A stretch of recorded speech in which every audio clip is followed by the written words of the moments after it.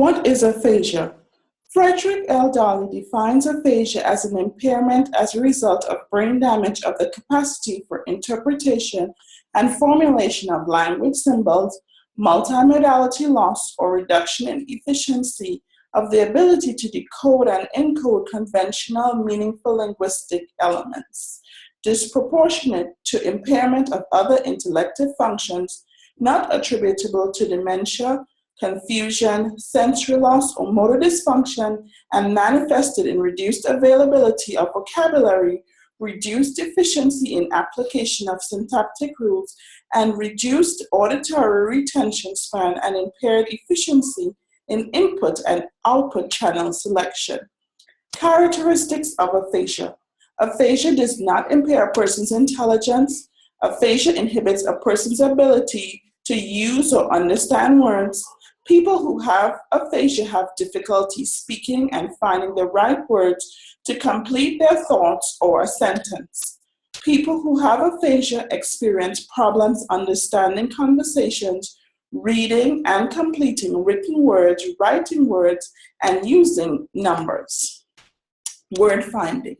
Word finding difficulty can be very frustrating and embarrassing for the speaker as it interrupts the smooth flow of the conversation and discourages the desire to communicate. The person is incapable of identifying the name of objects, places, and people. The person is able to name the function of an item, but is incapable of naming the said item. Treatment approaches. There are several general and specific treatment approaches used when administering therapy to persons with aphasia. And our focus today would be on computer-based treatment. Computer-based therapy. Computers are involved in many facets of daily life. Computer-based therapy involves treatment with the use of program software which target language modalities. The delivery of therapy is via the internet or remotely without face-to-face contact with the treating therapist. This presentation will show that computer-based therapy is an effective tool in aphasia rehabilitation. The first article that we looked at is entitled Computer Assisted for the Word Retrieval Deficits in Aphasia. And the purpose was to review benefits and limitations of computer-assisted treatment for word retrieval deficits by a computer program called MultiQ, which offers a variety of queuing options for patients. 4 aphasic patients were treated with MultiQ for approximately 3 to 6 weeks with pre- and post-test treatment scores were recorded using the Boston naming test. And the results, with minimal clinical guidance, participants were able to learn the cued naming program independently, making positive gains. The benefits of cued naming when combined with semantic tasks from multimodality match modules extended to a broader patient population to include patients with semantically based impairments, patients with semantic dementia, and primary progressing aphasia. The next article that we looked at is entitled Talk About IT, Views of People with Aphasia and Their Partners on Receiving Remotely Monitored Computer-Based Word Finding Therapy. And the purpose was to investigate the opinions and experiences of 6 people with aphasia and their partners on receiving computer-based word retrieval therapy. The results: all participants responded positively to this mode of therapy. All perceived gains and progress was made. Organization of practice varied, but all reported a sense of autonomy for the aphasia person. All believed this mode of therapy facilitated more intensive practice. Functional communication not only improved in language, but also improved patience, confidence, and self-esteem. And the limitations were that the study was small and self-selecting as participants expressed an interest in self-help therapy. One participant was sick and could not be interviewed, and opinions of participants and their partners were influenced by the software used and therefore cannot be extrapolated to apply to the use of aphasia therapy software. And the name of this computer software is called Step by Step.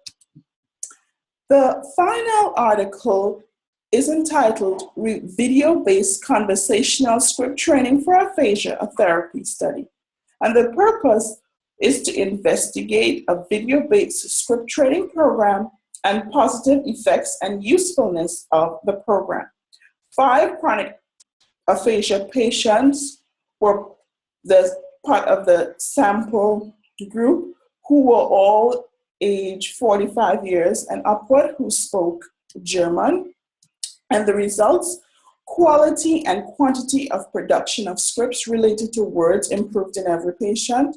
Verbal communication skills increased. Confidence increased, and improvement in communication skills was evident in various everyday situations.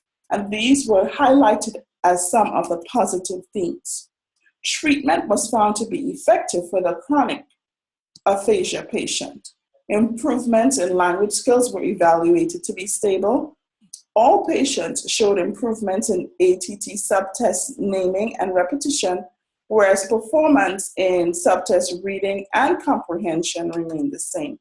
And participants and their partners reported increased confidence and greater participation in everyday conversation and social interaction.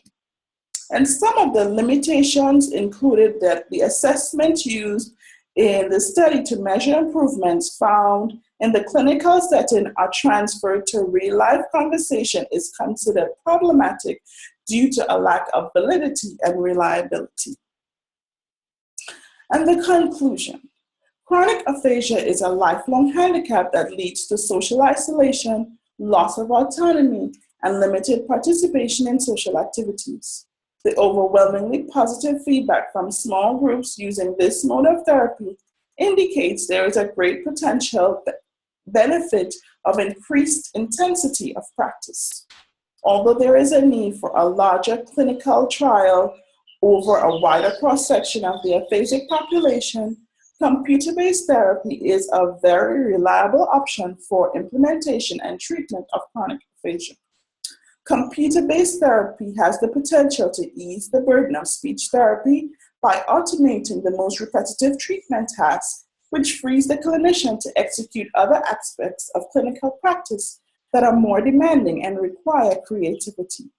Computer training is feasible to provide intensive therapy for an outpatient basis because it gives the patient greater autonomy, ultimately improving the quality of life.